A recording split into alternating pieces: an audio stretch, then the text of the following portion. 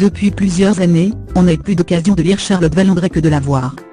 Bien que de retour sur TF1 avec la série Demain nous appartient, la comédienne de 49 ans continue d'écrire, et publie un nouvel ouvrage destiné à donner de l'espoir aux gens. Dire qu'on peut être plus heureux, voilà l'objectif, clame-t-elle dans Ici Paris. À lire aussi Katy Perry, à 4 jours d'un grand événement, elle se prend un procès. Interrogée par le magazine sur la sortie de Chaque jour, J'écoute battre mon cœur, le Cherche Midi, Charlotte Valandré fait une sorte de bilan, alors qu'elle va entrer dans la cinquantaine en novembre prochain. Je me concentre sur l'instant présent. Je me suis toujours battue, essayant d'être meilleure, de progresser sur mon caractère, d'être plus bienveillante, dit-elle. Ce travail sur elle-même est aussi passé par l'acceptation de la maladie, elle qui est séropositive depuis l'adolescence. Un état de santé qu'elle n'a publiquement dévoilé qu'en 2005.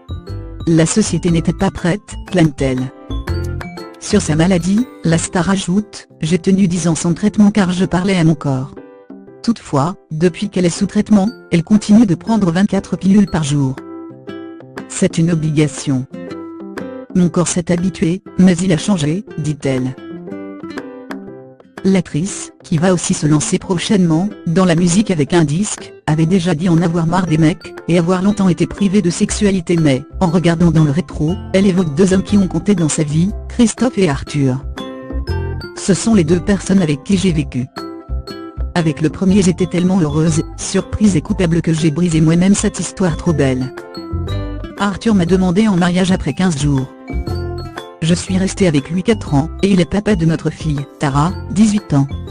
Elle est en premier et s'en s'entend bien. Une fois par semaine, on dîne ensemble, a-t-elle confié. Décidera-t-elle de redonner une chance aux hommes dans les années à venir? Thomas Montet.